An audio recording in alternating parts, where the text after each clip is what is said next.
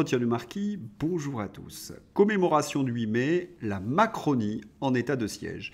Avant de traiter cette information et de nombreuses autres actualités, je voulais remercier, comme il se doit, tous ceux qui me permettent de faire mon travail de journaliste de la réinformation à l'aide de ces merci rémunérateurs.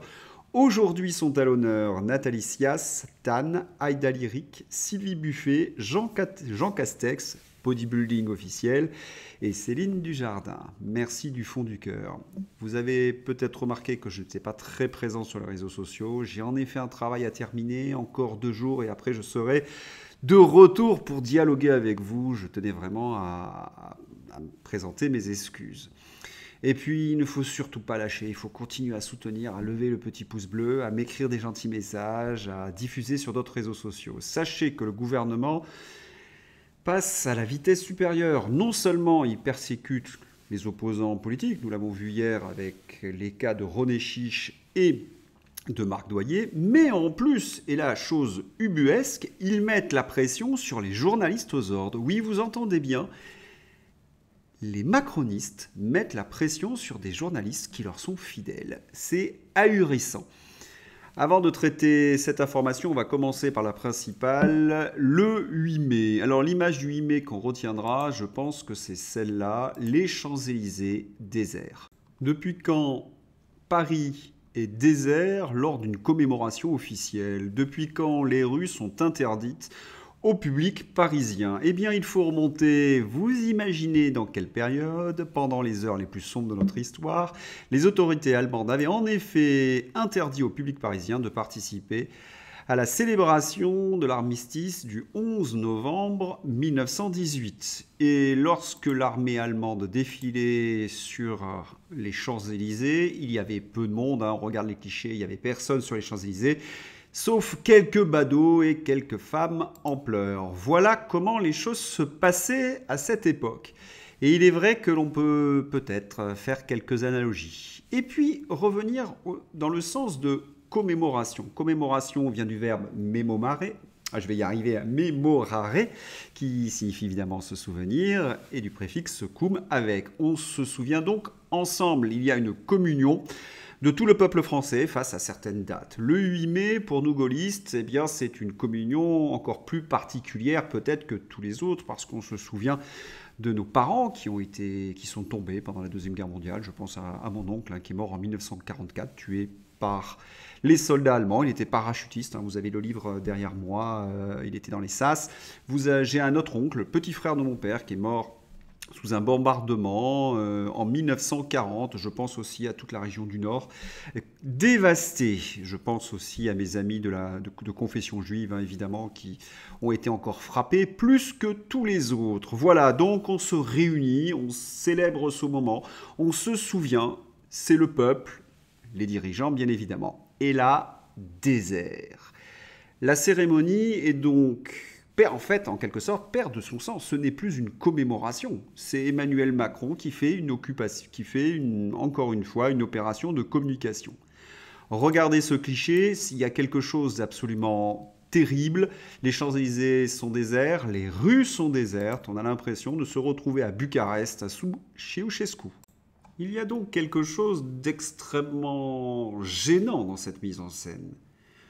Le 8 mai 1945, le 8 mai 2023, nous sommes dans une célébration de la capitulation de l'armée allemande. Nous célébrons la fin de la barbarie nazie également. Or, on nous donne des images de type totalitaire, comme si l'histoire faisait une sorte de cercle et nous ramenait 50 ans, 60 ans en arrière. C'est quelque chose de sidérant.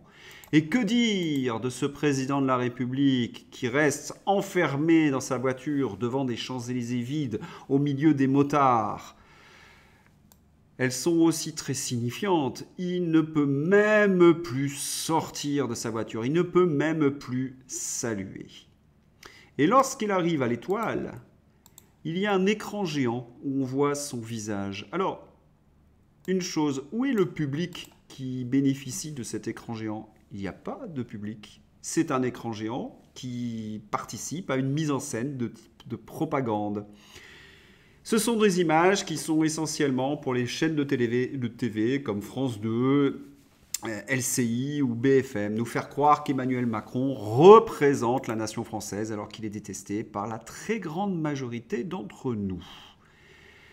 Et parfois, l'histoire est ironique puisque Emmanuel Macron a dû écouter le chant des partisans et les paroles du chant des partisans, amis entends-tu, ces cris sourds du pays qu'on enchaîne, ont une drôle de résonance sous le mandat d'Emmanuel Macron. J'aurais aimé être dans la tête d'Emmanuel Macron pour savoir, pour connaître le fond de sa pensée. Vous imaginez, il entend amis entends-tu, ces cris sourds du pays qu'on enchaîne, alors que toute la Macronie, à l'heure où je vous parle, et persécute les opposants politiques, muselle la liberté de la presse, fait en sorte que les Français ne puissent pas être associés aux commémorations du 8 mai 1945. Emmanuel Macron n'est pas suffisamment idiot pour ne pas sentir que la situation est particulièrement tragique à ce moment-là. De nombreux Français commencent à entendre le bruit sourd du pays qu'on enchaîne. Alors Emmanuel Macron, qui n'est jamais à une ignominie près, se rend à Lyon sur le monument de Jean Moulin pour lui rendre hommage. Qu'est-ce que l'on constate? Eh bien, c'est qu'Emmanuel Macron doit faire du bodybuilding. Là, je pense à Jean Castex Bodybuilding. On peut peut-être créer un site Emmanuel Macron Bodybuilding officiel parce qu'il a de ces sacrés pectoraux. À moins qu'il craigne quelque chose et qu'il se munit d'un gilet pare-balles. Ce président interdit aux Français d'assister à des commémorations et qui plus est, il y assiste avec un gilet pare-balles. J'ai même pas besoin d'en dire plus. Et comme il a perdu la bataille de l'opinion, il essaie une dernière manipulation, une dernière tentative de diversion. Et j'avoue que celle-là, elle est au-delà de l'ignoble, au-delà de tout. On va le lire ensemble. En ce 8 mai, où nous célébrons la victoire de la liberté, on en parlera à René Chiche, à Marc Doyer et compagnie, je condamne l'acte de vandalisme commis hier au Palais de Tokyo. Alors le Palais de Tokyo, c'est un musée à Paris. S'en prendre à une œuvre, c'est attenter à nos valeurs. L'œuvre en question, elle représente une scène de la petite enfance. C'est un tableau absolument abject. J'en ai jamais parlé tellement qu'il était abject. Pour Emmanuel Macron, c'est attenter à nos valeurs. Je ne comprends pas. C'est-à-dire une mise en scène de la petite enfance, lorsqu'on la détruit, c'est attenter à nos valeurs. Quelles sont les valeurs du président de la République? En France, l'art est toujours libre et le respect de la création culturelle garanti.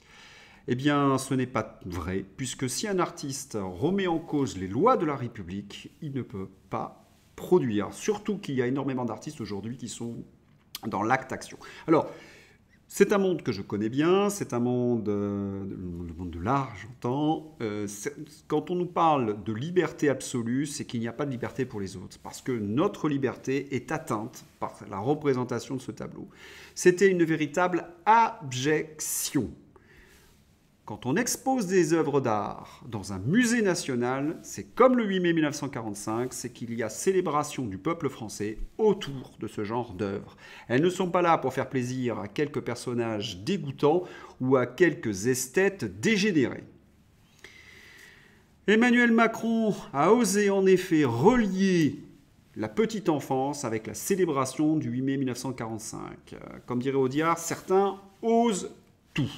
Et quand je dis que certains osent tout, je vise aussi certains macronistes, et notamment celui-là, Carl Olive, le député, vous le connaissez peut-être, 8 mai 1945, la victoire de la liberté, la victoire de l'humanisme, la victoire de la France de De Gaulle. Carl Olive commet un anachronisme, cette photo ne date pas du 8 mai 1945, mais du 25-26 août 1944, c'est le fameux défilé des gaullistes et du général de Gaulle sur les Champs-Élysées dans un Paris libéré. Et quand je dis libéré, pas entièrement. Il y a encore quelques combats, il y a encore quelques coups de feu, et d'ailleurs certains gaullistes craignaient pour la haute stature du général de Gaulle. Cette descente fut un acte de bravoure. Il est très intéressant que Carl Olive choisisse ce cliché. D'ailleurs, c'est ce que lui fait remarquer avec beaucoup d'ironie Philippe Béchade. Alors, tu en penses quoi, le gros bonnet de Poissy? Le gros bonnet de Poissy, c'est la périphrase qui désigne Carl Olive. Oui, le général de Gaulle fait un acte de courage, tandis qu'Emmanuel Macron n'ose même pas affronter son propre peuple. Oui, ces deux clichés mis côte à côte en disent très très long sur la dérive cynique de la Macronie. Puisqu'on parle des macronistes et de leur cynisme, on va regarder ce tweet de Philippe Murer au sujet de Jean-Pierre Raffarin. Jean-Pierre Raffarin accuse les médias de faire détester Macron. Là, je crois que Raffarin a dépassé tout ce qui était possible de dépasser. Comment peut-on reprocher aux journalistes de BFM, la presse aux ordres, de TF1, de France 2, de ne pas suffisamment faire le travail de propagande de l'Élysée? Là, j'avoue que je reste pantois. Ce sont eux quand même qui ne contredisent jamais les ministres, qui laissent passer tous leurs mensonges, qui transmettent tous les éléments de langage qui leur sont fournis par l'Élysée et qui font en sorte de persécuter les opposants de la Macronie. Que voulez-vous qu'ils fassent de plus ? Eh bien, pour Raffarin, il ne devrait présenter que ce genre d'images parce que ce sont des images positives d'Emmanuel Macron avec son peuple. Avec son peuple, regardons l'image dont il parle. Ah oui, le jeune qui joue de la guitare et qui chante la Marseillaise, en tout cas qui massacre la Marseillaise. Ah, c'est ça que Raffarin aimerait que l'on présente 24 heures sur 24 à la télévision. C'est très intéressant parce que ce sont des images qui sont fabriquées par le service de propagande de l'Élysée, qui sont véritablement cadrées. Les personnes qui sont sur cette photographie ont été sélectionnées.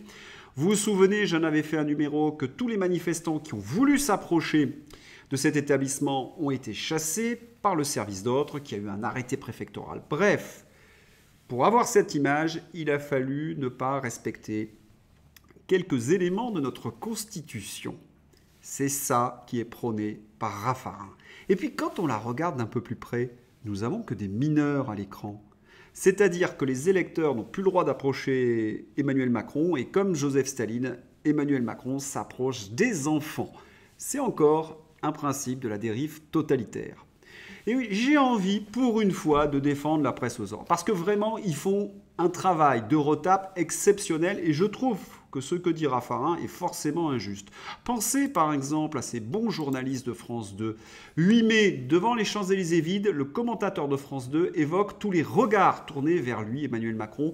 Tout le monde regarde ce moment dans un grand silence. Ah oui, il devait y avoir 3 pies peut-être, ou 2 moineaux qui devaient regarder Emmanuel Macron, puisque vous le savez, les Champs-Élysées étaient vides. Est-ce que le commentateur essaierait de faire croire qu'il y avait du monde sur les Champs-Élysées ? Alors là, c'est du domaine de la Pravda ou du journaliste de Corée du Nord. Et puis, il faut regarder aussi la qualité des journalistes. Allez, Philippe Duval nous amuse avec son jeu je sais pas ce qu'on veut dire, des 7 familles. Petit jeu trouvé dans l'équipe des éditorialistes politiques de BFM. Une ancienne ministre de Macron, une ancienne responsable de la communication de l'Élysée, l'oncle d'une ministre, le cousin d'une ministre, la femme d'un ancien ministre, le deuxième oncle d'une ministre. Et je vous laisse de côté tous les journalistes qui sont dans des réseaux, qui sont le conjoint de X ou Y, je pense à Léa Salamé, dont le petit habit Raphaël Glucksmann et compagnie. La collusion entre le pouvoir journalistique et le pouvoir politique n'est plus à démontrer sur cette chaîne et dans ses entretiens. Je voudrais terminer cette page 8 mai par un tweet de Thierry Mariani qui a été passé sous silence, en tout cas l'information que nous allons lire est passée sous silence dans la presse aux ordres. Ce Parlement européen, qui adore célébrer n'importe quoi, considère que ce 8 mai est une date qui ne mérite aucune attention particulière. Ainsi, ce 8 mai, la victoire sur le nazisme est oubliée au Parlement européen à Strasbourg. Aurait-on peur de heurter le pays qui domine l'Union européenne? Aurait-on peur de heurter un certain pays européen qui est en guerre et qui avait une certaine adoration? Bon, enfin, j'en dis pas plus, vous avez compris. Puisque nous parlons de la Macronie en état de siège, nous allons maintenant évoquer l'affaire Laetitia Avia. Vous vous en souvenez de Laetitia Avia? Elle était ministre, et là nous la voyons à gauche de El Guerraj, qui a tabassé un député socialiste à coups de casque de moto. Condamné à 1 an de prison ferme, mais à domicile, c'est mieux. À droite, la députée macroniste Laetitia Avia, qui a mordu un chauffeur de taxi parce qu'il ne prenait pas la carte bleue. Or, cette Laetitia Avia, elle fait reparler d'elle, puisqu'il y a son procès pour harcèlement. Les anciens assistants parlementaires décrivent une patronne coutumière de plaisanteries homophobes ou racistes. On a voté l'amendement des... Je vous laisse lire. Se serait-elle félicitée dans un message interne après l'adoption d'une mesure protectrice pour les réfugiés LGBT? Ça sent le chinois ou tu es un faux chinois, tu ne maîtrises pas le Mac, aurait-elle également écrit, visant un collaborateur d'origine asiatique trop peu doué selon elle en informatique. Tel autre aurait été traité publiquement de poubelle de table. Par ailleurs, Madame Avia aurait eu l'habitude de confier à ses assistants, corvéables à merci, quelle que soit l'heure, des missions relevant de sa vie privée, prendre rendez-vous chez un notaire, réserver une place pour son époux à Roland-Garros, acheter des produits médicaux relevant de prescriptions très intimes à la pharmacie ou encore, pendant l'été, se faire rafraîchir les jambes à l'aide d'un brumisateur. Voilà. Et cette Laetitia Avia, je l'avais particulièrement dans mon collimateur pour une raison simple, c'est elle qui voulait faire cette fameuse loi Avia. Et c'était quoi cette loi Avia? Museler la liberté d'expression sur les réseaux sociaux. Et c'est ce genre de personnages qui sont à l'origine de la loi. Nous sommes toujours dans une situation orwellienne. Et puis, nous avons aussi Gabriel Attal. Là, j'avoue aussi qu'il m'a déstabilisé. Des fois, vraiment, ils osent tout. Gabriel Attal, chaque fraude fiscale est grave, mais celle des plus puissants est impardonnable. Ah, c'est beau de chasser la fraude fiscale. Ils ont du boulot avec les macronistes. Et puis, comme le dit très bien ce monsieur, Gabriel Attal veut traquer les fraudeurs du fisc. Gabriel Attal pourrait commencer par le locataire de l'Élysée. Vous vous en souvenez de mon numéro à partir de Source of Investigation? Redressement suite à un non-paiement de l'impôt sur la fortune. Non-déclaration d'une créance de 350 000 euros sur son épouse Brigitte. Claquage de près de 1,5 million d'euros en 3 ans, un SMIC par jour. Déclaration peu crédible sur les honoraires perçus chez Rothschild & Company lors d'un deal de 9 milliards d'euros conclu en 2012. Depuis 2014, les déclarations de patrimoine et d'intérêt d'Emmanuel Macron suscitent beaucoup de questions. Était-il réellement plus pauvre que Benoît Hamon et Nathalie Arthaud lors de la présidentielle de 2017, alors qu'il avait fait fortune au sein de la banque Rothschild et compagnie? A-t-il toujours dit la vérité sur son patrimoine? Enquête. Et les journalistes de Off Investigation suspectent le président de la République d'avoir touché des bonus et de les avoir cachés dans des paradis fiscaux. Alors, puisque des journalistes enquêtent, on pourrait demander à Gabriel Attal d'exiger certaines choses du locataire de l'Élysée. Et quand je vous dis que nous sommes dans un monde orwellien, regardez par exemple ce tweet, il nous vient de Nicolas Dupont-Aignan. Pourquoi cette ministre juge-t-elle l'abrogation inacceptable alors que son ministre de tutelle a pris un décret d'abrogation quelques jours avant le vote de la loi? Ce gouvernement devient complètement dingue. Obligation vaccinale anti-Covid, Agnès Firmin, que personne ne connaissait, le Bodo, juge l'abrogation inacceptable. On a affaire véritablement à des gens, allez, on va dire cyniques, pour pas dire autre chose. On va ouvrir maintenant la page, je vais la reprendre, parce que vous avez été très nombreux à m'interpeller sur certains faits du couronnement de Charles III d'Angleterre. Ce député de la France insoumise qui adore Robespierre, le coupeur de tête, l'assassin, le dictateur, le totalitaire, évidemment ne pouvait pas se reconnaître dans la monarchie. Il nous cite très paradoxalement l'adorateur de Robespierre, l'article 1 de la Déclaration des droits de l'homme et du citoyen, les hommes naissent et demeurent libres et égaux en droit. Bien sûr, les distinctions sociales ne peuvent être fondées que sur l'utilité commune. Est-ce que Charles III a une utilité? C'est toute la question. Alors, avant de répondre, je voudrais rappeler que tous ces bolcheviks, ces nihilistes au XIXe siècle avaient une phrase qui m'a toujours effrayé. Une paire de bottes est plus utile que toute l'œuvre de Shakespeare. Ce sont des utilitaristes, des matérialistes. Ils n'ont pas de transcendance, ils n'aiment pas la beauté, ils n'aiment pas l'art, ils n'aiment pas la civilisation. La paire de bottes. Cette phrase sera reprise d'ailleurs par tous les bolcheviks staliniens au XXe siècle. Alors la question que l'on pourrait se poser, est-ce que Charles III a une utilité?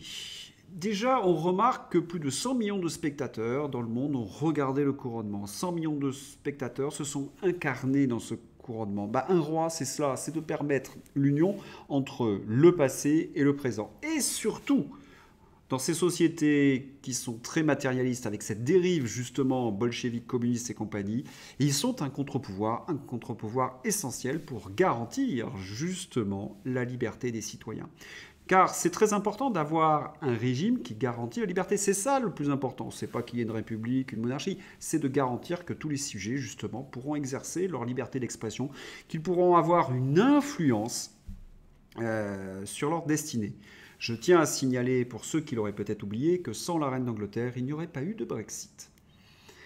Et puis regardons les monarchies du Nord, ce sont les monarchies dites les plus libérales dans le bon sens du mot, hein, c'est pas économique, mais libéral dans le sens de liberté d'expression, bien évidemment. Alors, certains m'ont fait remarquer très justement que Charles III n'est pas un roi exemplaire. Il a des fréquentations tout à fait dommageables, un peu comme Philippe Solers, hein, des spécialistes de la petite enfance. Il est aussi très lié à Davos, ça je vous l'avais déjà dit. Mais ce n'est pas Charles III, justement, c'est la fonction qui transcende même un personnage médiocre. Et c'est cela la grandeur de la monarchie, c'est ce qui nous élève à quelque chose de supérieur. Bien, sinon, si vous n'avez pas de roi, eh bien, vous avez ce genre de personnage. Vous avez Roselyne Bachelot qui s'est permis de manière très ironique de se moquer de ce couronnement. Alors on va lire hein, ce qu'elle a pu dire au micro de BFM TV. L'ancienne ministre avait pourtant l'air très fière de sa trouvaille. J'ai décidé de remettre des Windsor du ridicule. On a vu la tenue, c'est vrai qu'en matière de ridicule, c'est une experte.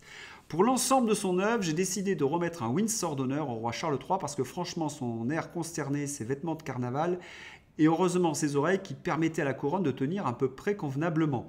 Le journaliste consterné tempère, non, pas le physique. Elle est lancée. Bachelet moque l'inérable scène du balcon. D'habitude, ce sont les cocus qui sont au balcon. Là, on a deux glands.